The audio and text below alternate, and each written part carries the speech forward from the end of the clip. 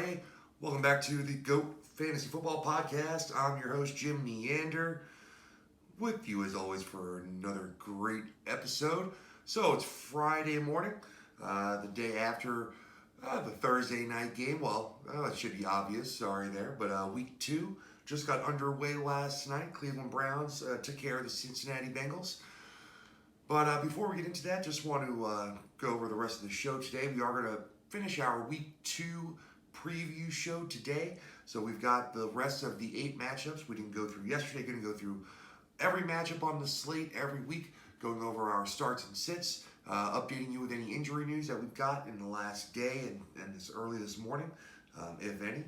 And just give you our general projection on who you should have in your lineup and who we're kind of cold on this week based on the matchups, based on trends, stats, and just a little bit of instinct there, right? So that's kind of the point here. So hope you're having a good day. Let's get this show started. The Cleveland Browns did take care of the Cincinnati Bengals last night, 35-30. So as you can imagine, there were some fantasy points to be had around this game. Some good, some bad, some ugly for sure. Let's start with the Cincinnati side of the ball. They scored 30 points. Overall, you'd like to see that. Joe Burrow, 37 of 61, 316 yards and 3 TDs. So, of course, overall, if you streamed Burrow and you went for it, you had a nice 30-plus point game. You got 300 yards and 3 TDs. His arm didn't fall off. He's nice and young, so he can throw 61 passes, hopefully not too often. But if you played Burrow, he didn't look fantastic. A lot of his throws were off, but he showed a lot of confidence. He ran the ball decent. Ran the ball 7 times for 19 yards. And, I thought it showed great improvement. I think he's going to be a great quarterback in this league going forward. But it's going to take some time, as it takes every rookie some time to figure some things out. A little worried about Joe Mixon here. He was involved in the passing game. He caught all 4 of his targets for 40 yards. But didn't run the ball great again. His yards per carry was pretty bad for the second week in a row. 16 carries for 46 yards. And, didn't get into the end zone at all this week. None of those 3 touchdowns went his way. And it was a brutal week, and you're starting to sweat it out a little bit. So it's hard to call Joe Mixon a surefire running back 1 at this point. You need to see the offensive line play better, and you need to see the defense play better so they're not playing from behind. Because even though that will help his targets just a little bit, you'd rather see him get into that rhythm and have less stacked fronts to have to play against. So, what wasn't a great day for Joe Mixon, and the Mixon owners are starting to worry. Of course, you're going to start him next week. It's just you have to temper your expectations and maybe set your lineup in a different way where you're expecting bigger points and higher ceilings out of some of your other guys. So, just something to think about as you go towards next week. Looking at the receiving core, obviously, he threw the ball 61 times. You have to understand that is definitely not typical. That's 15 at least passes more than you're going to expect on any given week, and it just turned out that way. So wide receiver targets were pretty heavy. Starting with the most targeted guy on the team, AJ Green.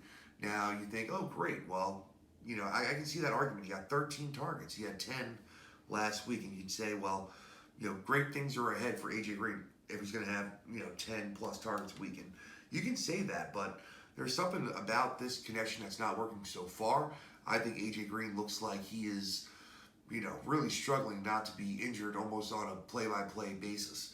And I'm sweating it. It's not working, right? So if you're getting 13 and 10 targets, once they started going to Tyler Boyd and they started going to the tight ends more, I think you saw a little bit more success. And I think if they start going that way more, then, the Green opportunities will go down, and we'll see what happens there. It's not that you can't play AJ Green. I'm not reading the tea leaves the same way, which is that all these targets mean that it's inevitable that he's going to have a monster game. Definitely could happen. Just not expecting it. Tyler Boyd, much better game. I was a little wrong on this one. I knew it would be an AJ Green heavily targeted day. It was just that there were so many targets to go around that Tyler Boyd wound up having a nice game for himself. 7 receptions on 8 targets, 72 yards and a touchdown. So, really solid day for fantasy owners. If you stuck with him, you were rewarded this week with a nice game and looks good going forward. There were a ton of tight end targets here now. Again, there were a ton of targets overall, but 15 overall targets in the tight end position, 9 to Drew Sample, 6 to CJ Uzoma, and Uzoma, who had a nice game, unfortunately, was injured and seems to be out for the year at this point. So I don't want to spend too much time except to tell him, get well soon. You had a nice game, unfortunately, and now your season's over. But there were 15 targets to the tight end. So if Drew Sample's going to be the starting tight end going forward, and maybe you can expect 7+ targets, then hey, it's just a sneaky play here. Sneaky guy to think about. Just keep an eye on it. Again, the targets overall were inflated here, so hard to see what you're going to do there. Go to the Cleveland side of the ball. Baker Mayfield, looked really good, looked efficient, 220 yards, 2 TDs and a pick. Had that one really nice touchdown pass to Odell Beckham Jr. early in the game, where he rolled out and really kind of squared himself up and unloaded on that pass. Landed it nicely. So nice job for Baker Mayfield. Not the best day for fantasy, but either way looks good. Looking better going forward. Not only helps all the other fantasy weapons here. Nick Chubb, great game for Nick Chubb, and this is the best case scenario for Nick Chubb and Kareem Hunt owners, because there was enough meat on the bone for both of them. They were both able to score big points and get involved in different ways in the offense. Nick Chubb had 22 carries, 124 yards, and 2 touchdowns. Great game on the ground. Only 1 target, caught it for 9 yards, and that's the difference here. And then you have the 10 carries, 86 yards, big clip, 8.6 yards per carry, a touchdown on the ground from Kareem Hunt. But then through the air, he caught 2 passes for 15 yards, but got in the end zone. And I would have expected a few more targets for Hunt, but it was good to see him get in the end zone, both on the ground and through the air. Both scored plenty of points, and again, this is best case scenario. So not that many attempts to go around for the receivers here. Only 23 attempts on the night for Baker Mayfield. Odell Beckham Jr. led the way with 6 attempts, but had 4 receptions, so a much more efficient game than last week. 74 yards in that long, really nice 43-yard touchdown early in the game. So OBJ owners were also rewarded if they stuck with him. Jarvis Landry, had a tough game, but he was coming in from injury. Kind of said, let's not play him, and that was the right call. He caught 3 balls for 46 yards, so not too much going there. And then Austin Hooper caught 2 of his 4 targets for 22 yards. Very disappointing.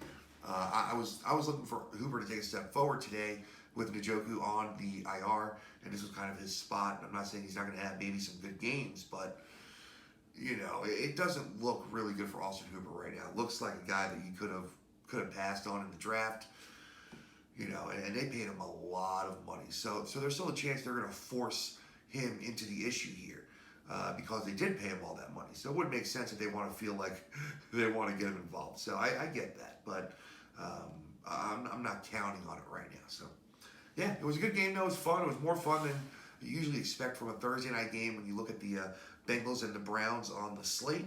I don't think you're usually excited about the prospects for the game. So it was good. It was good. So yep. All right. Let's get into our Week 2 preview, or the rest of it, if you will. We've got 8 more games to go through here, and a little less time to do it since we just did a little Thursday night review action. So where are we going to start off? We're going to start off in Philly, where the Eagles are going to take on the LA Rams. Both of these teams had an interesting Week 1. The Rams were able to hold off the Cowboys, looked pretty good doing it, looked better than they had breaking in their new stadium. Liked the way they looked. The Eagles, started out good and then had that brutal second half that I'm sure you've heard about against Washington. Gave up all the sacks, had the turnovers, and just couldn't score, and gave away that game, that divisional game that they're going to need if they're going to, stay in front. Luckily for them, Dallas also lost to the Rams, so we'll see what happens in this game. We're going to start with our Rams here. Now, for me, I don't really have Jared Goff as a must-play guy. He's near the back end of streamable weapons for this week. So I'm going to stay away from him, even though I do like some of the weapons. I'm also recommending to stay away from the backfield if you have better options. Now, the reason I say this is just because of the split last week. I know Akers didn't look very good, and Malcolm Brown looked pretty good and had a couple of touchdowns. But you heard McVay come out, if you didn't see it, McVay came out and said, oh, well, Malcolm Brown had a little more work than we expected, and basically saying expect the other guys to get involved a little bit more. Darrell Henderson may get a few more, and Cam Akers you can't expect to be that bad again. So I just want to stay away from it. You're hoping for touchdowns. I don't think either one is going to get the volume, and that's Malcolm Brown and Cam Akers. to really be a running back 2 this week, unless they can get into the end zone. So I don't really want to bet on it against the Eagles' front seven, one of the better front sevens. And I'm going to pass. I know Malcolm Brown was one of the bigger waiver wire pickups, and I completely agree with that. And this is basically just matchup based and coach speak. And I think if you have better options, I'd probably play a James Robinson over Malcolm Brown this week. So just to give you an idea, a little bit of a dark horse there that I think will have 15 carries. I'd probably play him. Now, Cooper Kupp, disappointing week. Go ahead and get him in your lineup. You're playing Robert Woods, obviously. Don't question that. And then Tyler Higbee, who is also a little disappointing with all the hullabaloo going into week 1. Love the word hullabaloo. But, Tyler Higbee now has a little bit more opportunity with Gerald Everett. I think it's a sore knee, I believe, with Everett. He might be in the game. He might be limited. Either way, it could push a few more targets towards Tyler Higbee. Again, I think if you were buying the Tyler Higbee hype, then you're going to play him. You're going to hope for the best in this game. Not expecting a huge game, but definitely has an opportunity here, to catch 5 or 6 balls. So I'd start him if he's in your lineup. If you're, between him and another guy that's ranked, outside the top 12, I'd go ahead and play Higbee. So, yeah. Moving over to the Philly side of the ball, Carson Wentz is a little bit of a tougher decision for a lot of people. I've got Wentz in one of my leagues that I'm a little more invested in, and I'm going to play him this week. He was bad for the second half of last week with all the sacks, and, he's getting Miles Sanders back. He practiced fully. That helps in every facet of the game. Just having a more dynamic weapon back there will help with pass protection because they can't, blitz as much and rush as much. It'll just help all the way around. It'll help having another receiving option for Carson Wentz. So I'm going to play Carson Wentz this week against the Rams. I don't have him as a top 6, by any means option here, but I do think he's going to be a QB1, and I think there's going to be enough volume in this game that you're going to have what you need from Carson Wentz. Miles Sanders, a go. Full practice participant. I think they were being overly cautious with him not traveling and not playing the Washington football team. I think they thought they could win that game without him, and it came back to bite them right in the ass. But got to have Miles Sanders in your lineup this week. I think he's going to be ready to play, ready to go off and help the team. Boston Scott, that means you are, out of lineups. You could be, I guess you could hold him and stash him, but with how bad he looked in week 1, if you need to, you can go ahead and get rid of him, I think. So I know people don't want to hear that. Let's talk about the pass catching options for the Eagles very quickly here. I'm not starting anyone. I'm not starting Deshaun Jackson.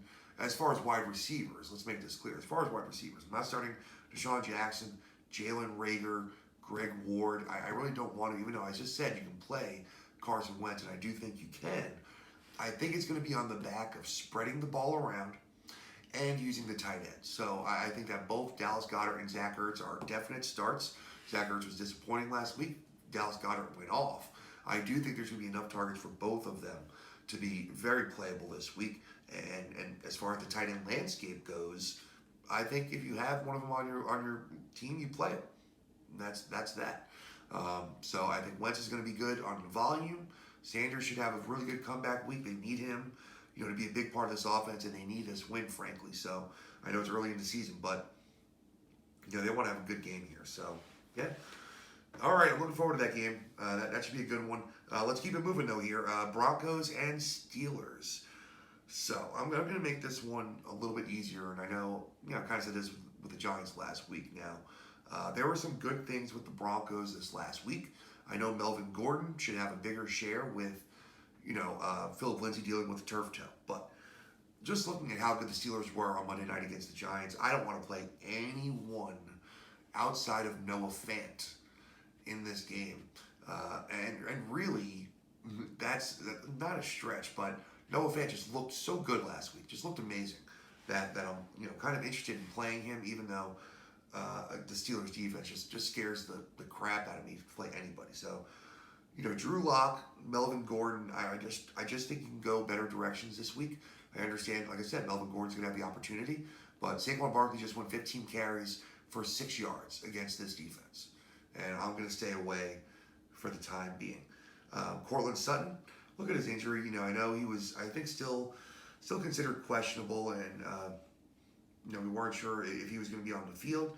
He's going to be a game time decision. I don't like it. If he plays, I'm not playing him, and I think that drops Judy's stock just enough to not want to play Judy as a flex option. If Cortland Sutton is out for sure, then I do think Jared Judy can be a dangerous sleeper flex. And that's it. He looked really good at times this last week, and then he had a couple of routes there where he looked pretty bad. But I do think he looked to me like a very refined young prospect, and he's going to be very good very quickly. So if Sutton is out, I can see you playing Judy on the sneaky side. I just really don't want to play Broncos against the Steelers, quite honestly. So definitely play Big Ben. I think he's going to be a top, 8 or 9 type of quarterback this week. Again, I don't think he's going to be top 5. But that the other half of QB1 is definitely very possible for Ben this week. So I think you want to play him. And I know the question mark is Connor and Snell. It's the big question mark in this game. Connor apparently practiced fully yesterday and is practicing today. So, all the Benny Snell people that either paid up big, a lot of their fab money, or their waiver wire priority, or just went ahead and, got Benny Snell and expected to have him to play. I think at this point now you're not playing either one of them because, the thought is if you play Connor, he could get knocked out at any point, right? We know that can happen. It's happened enough times now. And if you play Snell, Connor might be the main guy. Tomlin has that reputation as a coach of staying with his main running back for the day and for the year if he can. And if Connor is healthy and playing well, he just might be the guy. So as of this point, I'm not playing either of them. If Connor winds up being ruled out, which I don't see at this point, then yeah, Snell is a guy you want to play. But if Connor's in / limited, / gonna give it a go, no, I don't want to play either one of them. And then get both of the big receivers out from Pittsburgh. Juju, Deontay Johnson, the future looked great for both of them when you looked at last week. So get them both out there. I'm not ready to play James Washington yet. And I don't want to play Eric Ebron yet until I see a few more targets go his way. There's other better options. So, yep, take that. Play those guys. Don't play those other guys. That's the whole point of the show, right? I don't want to get too far into it. I hate when it's like, oh, well, in an 18-game stretch from 2015 to 2018, this guy caught 6 or more balls on Tuesdays, when there was a full moon. Like, come on, man. It really, it kills me though. Like, I'm a wine guy. If you know me, wine is like my thing, my job, my expertise. I'm a certified sommelier. For those of you that that know what that means, or just a wine expert.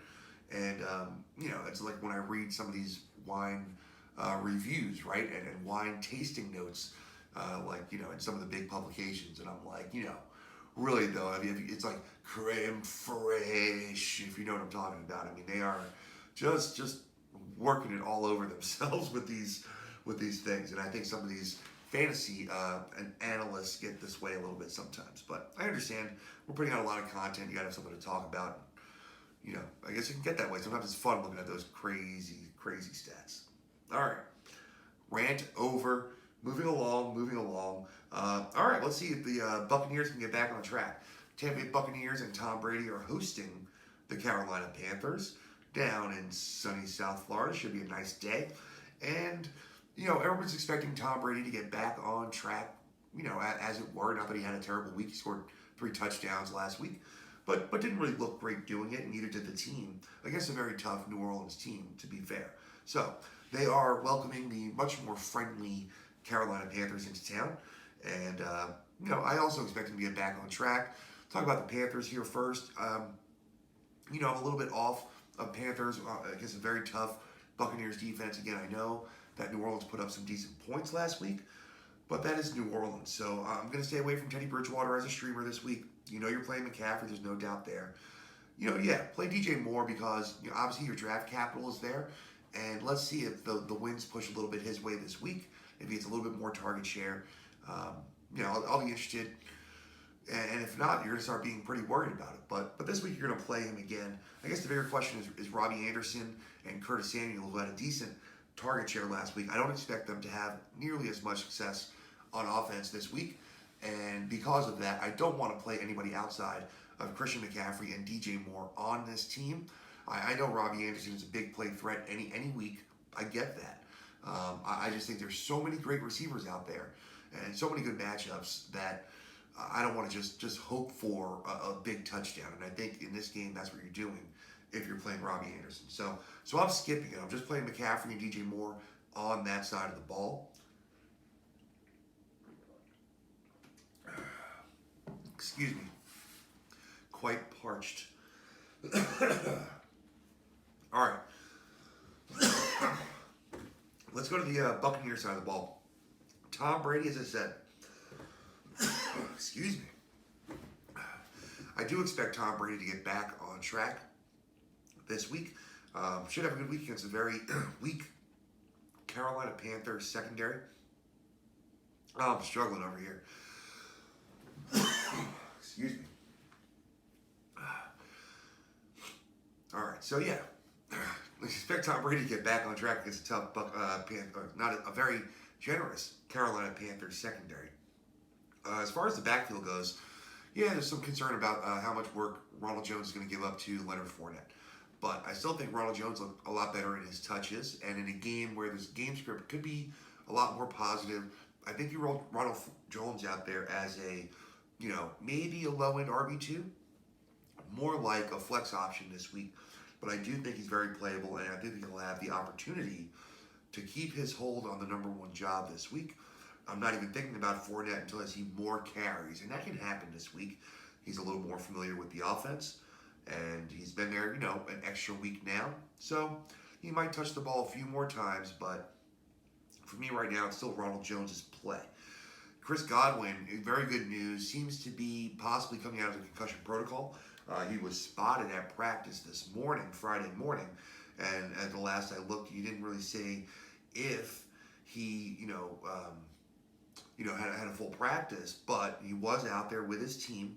They're still having him as doubtful, so I'm not expecting him to play, but he's out there. Now, Mike Evans was a limited participant in Thursday's practice. The word is that he's making, really good progress with his hamstring injury, and he could be out there. He might not be out there. So, yeah, all of these things worry me a little bit as far as the Tom Brady, the Tom Brady projections go. If they're both, for some reason, not out there, then yes, Tom Brady becomes someone I don't want to play at that point anymore. I just think there's not enough weapons, to have that big game, even against the Panthers, at that point. Now, let's say one of them is out. Let's say they're both out. Either one of those things. The bigger question here is Scotty Miller. And yes, Scotty Miller is absolutely a flex play, almost regardless of what happens. If you were to tell me Chris Godwin clears concussion protocol and is cleared to play, and Mike Evans, his hamstring is good enough that he's going to give it a go, I'm still playing Scotty Miller as a flex play. So just take that. I do think he's going to have enough targets and seems to have enough rapport with Tom Brady, that I think he's very playable for that 5-catch, floor, it seems like, on a weekly basis. I'm just, projecting here, but I do think that's very possible, and I see that happening. So, play those guys. If Godwin is cleared, I think you play him because it's not, that kind of injury. It's a concussion protocol, and if he doesn't take a bad hit, he'll be in the game. Mike Evans, I'm not playing. You saw last week the very, very few targets with the hamstring. If they say it's 100%, okay, get him in your lineup. If they're using words like limited, going to give it a go, going to see how it feels, nope, I'm out. Tight ends, Gronkowski, I'm out. I already told you I'm out on him for the year until I see a lot of targets. He's a situational player, red zone, touchdown threat pretty much only, and I want no part of that. O.J. Howard is very interesting to me, especially if one or both of Godwin or Evans are out or limited. Godwin more likely. If Godwin is out, then yes, I do think O.J. Howard is someone that is a real sneaky DFS play and could be, for the George Kittle owner that's worried about George Kittle playing this week, maybe for the Blake Jarwin owner that lost him. One of these guys, there's a few people out there that it could make sense. So keep an eye on O.J. Howard. If Godwin is out, I think he could be in line for a good amount of work over the middle. So, you can quote me on that if Godwin is out. All right. let's keep going here. I don't want to fall behind. All right, so this game, the Washington football team. That's why I say, I just don't even want to say the Washington football team. Going to visit the Arizona Cardinals. They're both 1-0, both really nice Week 1 wins. Both got there in different ways. And with Washington, again, I think for me this is pretty easy. Not starting Dwayne Haskins. I am not starting Antonio Gibson or Peyton Barber in the backfield. I am absolutely, terrified of starting Terry McLaurin against Patrick Peterson, but I'm probably going to have him in my lineup because he's still their big play potential guy, and he'll still probably have 5+ catches for 60+ yards, and it could be a lot more than that. He can break a play anytime. Patrick Peterson is very tough, but he can be beat, and it just takes one play. And for McLaurin, that definitely can happen. So, I'm willing to play McLaurin, but I'm absolutely looking at my bench and my options and looking at my matchups because I'm not thrilled about playing him against Patrick Peterson at all. I'm just saying, he's the kind of guy that can make a big play against anybody in this league, and that includes Patrick Peterson, so he's out there. Logan Thomas is another guy you might be hearing about in the last couple of days. He had 8 targets last week and caught 4 of them, did have a touchdown. And this interests me, I can't lie. For me, with tight ends, every target is key. And going from a guy that gets 4 targets to a guy that gets 6 targets to a guy that can get 8 to 10 targets is huge. I mean, there's not many tight ends that ever see 8, plus targets in a game or any kind of, multiple games, right? And Logan Thomas, I think, has a chance to see that. For a young guy like Dwayne Haskins, who's definitely struggling, if he has a little safety net, a little safety valve there, and he feels good about it, then you can imagine that. The other part of that equation is that Arizona has been atrocious against tight ends. Just really bad. Really, really, really bad, going back to last year and beyond, right? Buzz Lightyear. But yeah, the Cardinals are just bad against tight ends, so you can play Logan Thomas this week as a sneaky guy, and unfortunately will probably be very, very played in DFS. I would like to play him in DFS, but I think it's going to be a little bit chalky for the very cheap price you're going to be able to get him at. So, but we'll look at that on Saturday. All right, Arizona, I think you're going to play, your main Cardinals.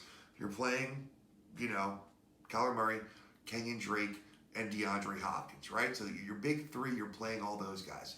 Chase Edmonds, I know he got into the end zone, had the 7 carries, but I'm not ready to play him yet. But you got to keep him stashed on your bench. He's a great, great guy to have on your bench and very valuable as that. But not playing him this week. For the other pass catchers for Arizona, namely Larry Fitzgerald and Christian Kirk, I'm staying away. Larry Fitzgerald had a decent game last week. We know Hopkins is probably not going to get 16 targets, on a weekly basis. You hope not, right? 300 plus targets on the year. But, he had a very huge target share. Christian Kirk had almost nothing. And Larry Fitzgerald had, a low to medium target share of what was left. So that's fine. So if you think DeAndre Hopkins is easily the number 1, there's no 1A, 1B, 1C, no 1, with a 2A, 2B. No. If it's like 1, 2, 3, then for me right now, Christian Kirk is 3, Larry Fitzgerald is 2. And Hopkins is 1, and I don't want to play anybody past the number 1 right now. So, play the big 3, and that's about it for Arizona. Get Murray, Drake, and Hopkins in the lineup, and go ahead and sit everybody else. And we'll move it along. All right. Should be some points in this game. Now, I don't know. Maybe I'm not as sold on the Chargers' defense as everyone else. People seem to feel like the Chargers' defense is, really good. Like, really good. Like, people are wondering, can the Chiefs score maybe 28 points on the Chargers? And to me, that's absurd. I mean, it's okay, maybe they won't. Possibly. I would put that at less than 50%. But to be quite honest with you, it's like more like, can you stop them from getting to 30 points? And to me, that's an even harder question to answer. And I think that's less than 50% for any team. So the Kansas City Chiefs are going to LA to play the Chargers. And they're going to be in that beautiful new stadium, SoFi, that the Rams broke in last week. And it was gorgeous. I would love to get out there and see that stadium. It looks absolutely amazing. Success. I was able to take a drink without choking myself and nearly passing out here. So good job, good job. All right. So with the Chiefs, let's see. You know, you're playing all the main guys right again, the big three. You're playing Mahomes, obviously, Clyde Edwards-Helaire, and you're playing Tyreek Hill, and you're playing Travis Kelce. They have a big four now with Clyde Edwards-Helaire. So you're playing the big four, the main guy at every position there. There's no question mark. The only question mark is, are any of the other guys worth playing? I would not have Darrell Williams up there, yet. Not yet. He could score, of course, because they can score a bunch of points, but he's not going to have the touches. I think Clyde Edwards-Helaire is going to have the very heavy majority share of the workload there. And then past Tyreek Hill for the other pass catchers outside of Travis Kelce, Sammy Watkins is always a dangerous play. He's going to have 6+ Patrick Mahomes targets, which are some of the most valuable targets in the league. Right? A Patrick Mahomes target is worth 3 Sam Darnold targets at this point, or Dwayne Haskins targets, right? So, not to be a jerk, but these are big targets. So I think if there is someone to play, it is Sammy Watkins, and you're just taking a risk. And if you have a lot of other really safe players on your team and you want to play Sammy Watkins, go for it. If your team is kind of full of, boomer bust guys, then I don't know that if you want to have another one in there, that Sammy Watkins is the guy here against, again, I'm going to admit they're a tough defense. I just don't think they're, this really, really tough defense, a top defense. I know they lost Derwin James, but, all right. So play a lot of your Chiefs. This is not a hard one now with the Chargers here. Bigger question mark. Tyrod Taylor, even if they're playing from behind in a game script where you guys can throw the ball, I really don't want it. He could have a couple of touchdowns. He could run the ball a little bit more this week. And I could be wrong because of game script. But I am off of Tyrod Taylor until I see him have a good game. Austin Eckler, you're going to play. The carries will be there. And hopefully the receptions, again, if they're behind, will be there. Josh Kelly has to be rostered in any league that's bigger than 10-man. But I'm not ready to start him yet. He looked great. He looked fantastic with the work that he got. But not expecting 12 carries again for him at this point. If he does get them, great. But not planning on that. And then I think you can play, and it sounds weird because I know I'm saying don't play Tyrod Taylor, but you can play Keenan Allen and you can play Mike Williams. And I think, again, this is a volume play. This is a garbage time kind of a look at it where, it's just very likely they're down, and very likely they do hit some big plays in the fourth quarter, and that could go Mike Williams' way. And in the first 2 or 3 quarters, you could have, more of those possession-like targets going to Keenan Allen. So I think they're both playable as low-end, wide receiver 2, wide receiver 3 type guys. I'm not expecting big weeks, but they're going to be there in those, mid-20s for me. And then Hunter Henry, yes, go ahead and play him. A lot of targets went his way last week, so go ahead and get Hunter Henry out there. Should be a good amount of points scored in this game, particularly by the Chiefs. No surprise there. All right. Keep it going. We got 3 games left. We got some fun ones here. All right. Baltimore Ravens at the Houston Texans. So, well, again, we're going to take the obvious. You got Lamar Jackson in your lineup. Now with the backfield. For me, I'm not starting Mark Ingram. I was already concerned going into the season. I made that known, between how much Lamar is going to run, how much more I think they're going to pass the ball as opposed to just leaning on the run, and then the emergence of J.K. Dobbins, which is going to happen. You saw him get in the end zone twice last week. So I'm a little bit off on Mark Ingram, especially for now.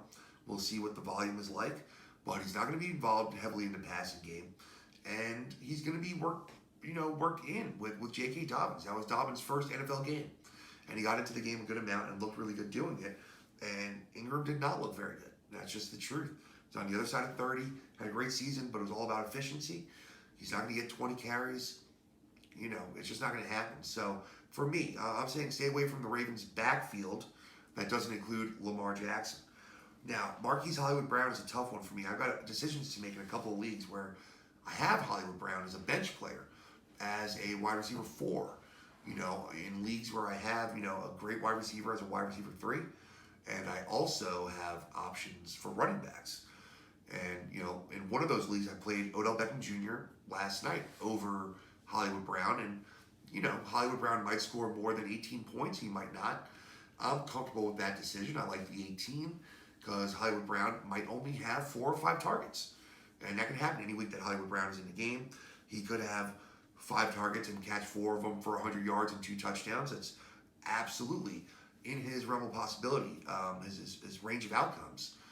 But, it's hard to bet on that. And we haven't seen him be a 7, 8 plus target kind of guy. And I was wanting to get, in most cases, I want to get that guy in my lineup that is a 7, 8 plus target kind of guy. So, for me, it's tough. Hollywood Brown is right there where I know he's going to have a couple of big plays. I just don't know where his target share puts him for me, and it's probably in the wide receiver 3, back end, flex category. And for you, it's going to be, am I going to go for it or not at the end of the day? Because he's very playable. It's just personal taste. What decision are you going to make? It's all up to you.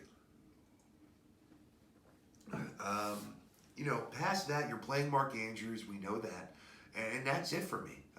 Willie Sneak and anybody else there can get into the end zone any week because we know Lamar Jackson can spread it around and does a really good job with his decision making and efficiency near the red zone.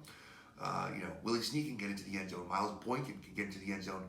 Devin Duvernay can get into the end zone. I mean, all those things are possible, but I'm not betting on any of them to have more than 3 or 4 targets. And because of that, I can't think about playing any of them. So that's just the thing with the Ravens, right? They're a great NFL football team. But for fantasy, there's a couple of great plays and then a whole lot of, tough decisions to be made. So, you're playing Lamar. You can play Hollywood.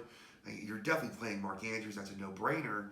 Everyone else is, it's on the fence. So that's a tough one. I told you my opinions, but I get it. That's a tough one. And there's also tough decisions to be made on the other side of the ball this week, right, with the Houston Texans, because they're playing a really tough defense in Baltimore. And we don't know if they're going to be playing from behind, but, maybe you kind of assume that they're going to be. So it's a little bit tough here.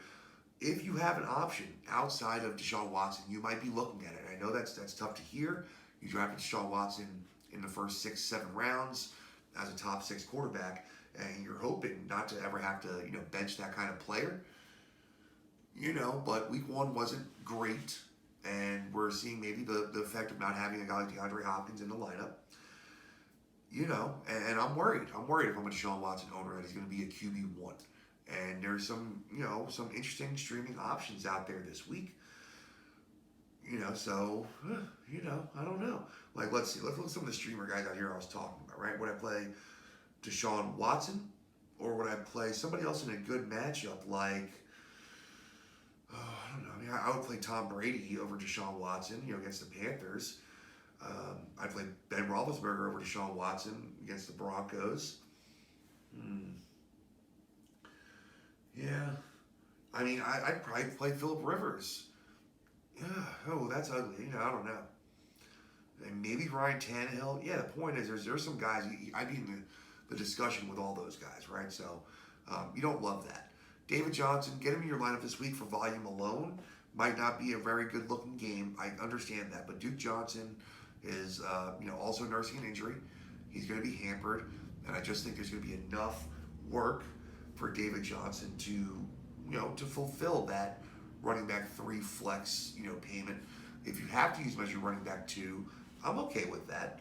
Again, I think he's going to have enough work that I'm okay with that. He looked good enough last week, and I think the work will be there. I'm not, I think it's a low ceiling for David Johnson. I think he's going to have a really, really tough time being, an RB1. I don't think that's very, very much in his range of possibilities. But, he should be, low end RB2, RB3. So, you still want to have him in your lineup. Will Fuller, I guess you want to have him in your lineup. He's going to throw the ball to somebody. Brandon Cooks is already nursing, an injury here a little bit. Looks like he's going to play. But, he's going to be limited possibly. He's got a quadriceps injury, limited at practice. And, so Will Fuller you're going to have in your lineup, even if it's going to be a tough day for the team as a whole. Playing the Ravens defense, Will Fuller's probably going to get the share of catches. So go ahead and have him out there. And for me, that's where it ends. Kenny Stills, Randall Cobb, all these guys at this point I'm off of, including Brandon Cooks I'm off of. So, it's a tough week for the Texans. You got to think about your options with Deshaun Watson. I think you should play David Johnson, and I think he should play Will Fuller. And that's about it. So, all right, let's move to our 2 night games before we get out of here for the weekend. We got the Seattle Seahawks. They're going to be hosting the New England Patriots. Pretty solid game for Sunday night. I'm looking forward to this one here. Big question marks. I've got action in this game for sure. I've got Cam Newton. I've got Tyler Lockett. I've got a little bit of Chris Carson. So I've got some shares in this game. So I'm going to be fully invested here. With New England, Cam Newton, I'm not saying I'm buying it as like, yeah, all right, I'm buying it. He's going to be great all year. He's going to, lead you to a championship. I'm not saying any of those things, but I do think you play him again this week. I think the rushing baseline is there and it's real. And when you're going to rush the ball, 10 plus times as a quarterback, and you have that kind of ability, that you have a baseline that, can very easily be, construed as very safe. And I can definitely see it that way, and I do see it that way. I think he's going to play. I think Seattle's going to score some points. It's not going to be a very high-scoring game. The over-under is 45. But there's going to be some points scored, and they're going to have to move the ball down the field. I think he's going to get a little more comfortable passing the ball, obviously. Now he's got one game under his belt. So I think he's going to be a little more comfortable there. And I think there's going to be pressure put on by Russell Wilson. So I love Cam Newton, this week as a QB1 near the back end. Definitely have him in there. I want none of the backfield in my lineup. And James White is the only one I'd even look at because of the receiving capability. But I can't trust anyone in this backfield at the moment. I really wouldn't even have anybody rostered. I mean, I understand having Damian Harris rostered in a deep league if you're a believer. If he does come back healthy, the workload could be there, but it's still not anything we've ever seen the Patriots do is give anyone that workload. So I'm not wasting a spot on Damian Harris right now, and I don't want James White in my lineup this week, even though he could have 5+ catches. It definitely could happen. For receivers, Julian Edelman, I'm fine with it as a flex play. Nothing above that, and I'm worried about that just because of volume. If he has 6 or 7 catches, it'll be 60 or 70 yards, and then you're hoping for a touchdown. So he's probably gonna have 10 or 12 points, and you're hoping he gets that touchdown. So if you want to bet on that, go ahead. That's the only guy I'm betting on this week. N'Keal Harry, I'm keeping an eye on. I want to see his progress with Cam Newton, but definitely not in my lineup this week. Just keeping an eye on the progress. Moving over to Seattle, playing all my Seahawks. As far as the main guys, so that's Russell Wilson, that's Chris Carson, that's Tyler Lockett, and DK Metcalf. I understand that the Patriots have a difficult secondary matchup for most teams, but with Lockett and Metcalf out there, I just think Russell Wilson's going to make enough plays that they're both going to be, very, very, very good. I think Lockett can be a high-end wide receiver 2, and Metcalf can be a lower-end wide receiver 2, high-end wide receiver 3. That's the way I'm kind of reading it. Chris Carson, we'll see if the carries go up. I expect them to. I know he was out carried by Carlos Hyde last week, but it was 7-6. And, it was nice to see Russ throw a little bit more and nice to see them run a little bit less. I don't expect it to be that heavy, though, every week. And I'd be shocked if Carson doesn't have at least 12 to 14 carries. I'm not calling for 22 carries. But Carson should have 12, 14 carries, and, he'll catch a few balls, and he'll be fine. He'll be a mid-tier RB2 probably, somewhere in that range. The only other question mark here is Greg Olsen. I'm not playing Greg Olsen. He had a good week. He looked good. He'll probably look good again, but he'll only have 3 to 4 targets a week. And while he might catch all of them, it's all going to be touchdown dependent.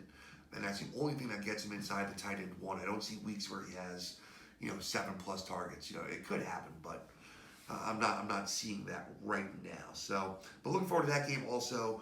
Really good game for that night game. Might be my game of the week, honestly. When I'm looking through all the games, that's probably my game of the week. I mean, I'm really interested in the Rams and the Eagles. I know maybe it doesn't sound luxurious to everyone. And then the Falcons and the Cowboys might be the fantasy football MVP game of the week with all the points scored. So, yep, you got that. We're going to preview Monday night. We could do that on Monday, right? Is that going to be what we do? We'll preview Monday night on Monday. And so we have all the information. You never know. There could be, Now, let's talk about it a little bit today. You know why? Because how much we like somebody going into Monday will absolutely affect who we play on Sunday. So if I don't tell you today, then how you going to know, right? You're not going to know. So let's run through it here. The New Orleans Saints visiting the Las Vegas Raiders at the new the Death Star Allegiant Stadium. Looking forward to seeing that thing in action on the big screen, and looks beautiful, man. So I'm looking forward to that. The Saints. What are you doing with your Saints here now? Without Michael Thomas, the question is, are you playing Drew Brees, and what's the bump for the rest of the guys? So here's how I'm reading it. I'm not playing Drew Brees. I know it's not the worst matchup. It's not a great matchup, but just without Michael Thomas, I'm expecting him to lean on the run game more and just have a little more difficulty opening up in the secondary, right? Without your main guy, it just makes sense. Have a little bit more difficulty getting things opened up. So I'm off of Drew Brees this week. I think you can play both of the running backs. We saw that Latavius Murray was going to be a little more involved in the running game than maybe first expected, and that makes sense to keep Kamara fresh and healthy. And Kamara got in the end zone twice, and some of that maybe is because he's more fresh with Murray spelling him more often. So I think Kamara is going to be a smash play this week. Expect a lot of targets out of the backfield for Alvin Kamara this week, and that's going to be, I think, what propels him into top 3 territory this week. So I'm thinking Alvin Kamara is going to be a monster play this week with the receptions. Yes, Emmanuel Sanders does get a bump for sure. I see that. Now, where is he in playability? He's still a wide receiver 3 to me. I think Kamara and Jared Cook get the bigger bumps, and for me, those are the guys that I want in my lineup. Alvin Kamara, Jared Cook are the guys I think you need to have playing in your lineup for Monday. Latavius Murray, you can play for sure. He's flexible, but he's not a must play, but definitely can play Latavius Murray. And for me, Emmanuel Sanders is a flex play still in that area. He doesn't get a big bump for me. He'll get some more targets, but he's not Michael Thomas, so he's not going to garner that many more targets because I just don't think he's going to be that much more open, quite frankly. And Drew Brees is not going to force the ball into spots that aren't open. It's not really his MO. So, I expect him to be smarter with the ball. On the Vegas side, unfortunately, we saw Henry Ruggs, banged up in the game. He went back in but didn't do anything. And then he's been banged up in practice. He's questionable. So for me, that basically makes only 2 Raiders playable this week. Josh Jacobs must start. Darren Waller must start. Both those guys. Your running back, your tight ends, you have to have in there. Is there anybody else that's sneaky in here? I don't know. I mean, if you tell me Henry Ruggs is out, like he's out for sure, he's not going to give it a go, he's just not going to be out there at all. Okay, I might look at Hunter Renfrow as just a sneaky PPR only kind of a pick. As a guy that might see 10, 12 targets or more, maybe, in just one of those weird games. Bryan Edwards, I guess you could look at him. Nelson Aguilar, I mean, these are all really deep sleeper plays, man. Like, I don't know about desperation. It's more about, taking a swing for the fences when you're kind of overmatched. So, I don't know if you want to do that. If Henry Ruggs is out, even if Ruggs is in, I don't know that changes much for me. He was having a really good first half, but I'd just be worried, especially since he didn't practice on Thursday.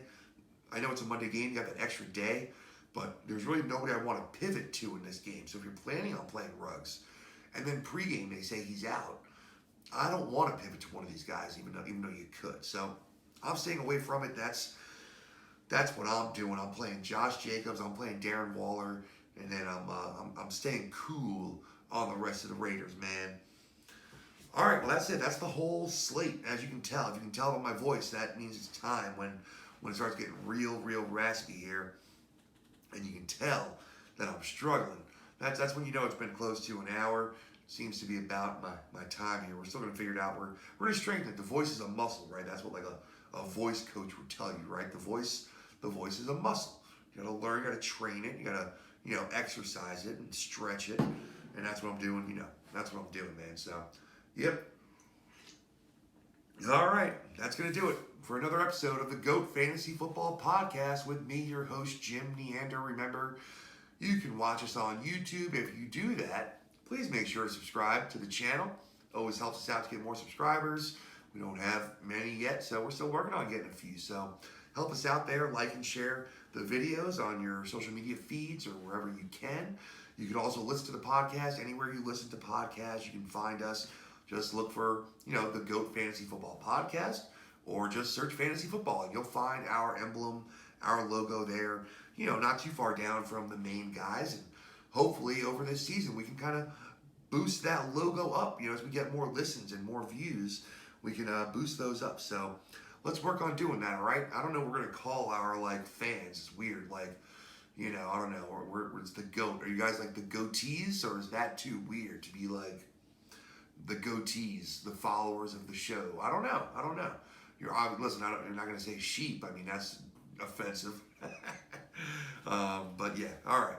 I digress. So go ahead, find us on Twitter at GOATFF Podcast, at Jim Neander. Let us know what you think of our takes. Let us know if we helped you win your week. Let us know if we lost your week for you, although I prefer not to know that. But hey, we got to know. That's how we get better, right? That's all we can do. That's all we can do here at the GOAT. So that's going to do it. Have a great weekend. Enjoy your football. Have a great time. Be safe. Be distant. Just be careful. Let's get through this thing together.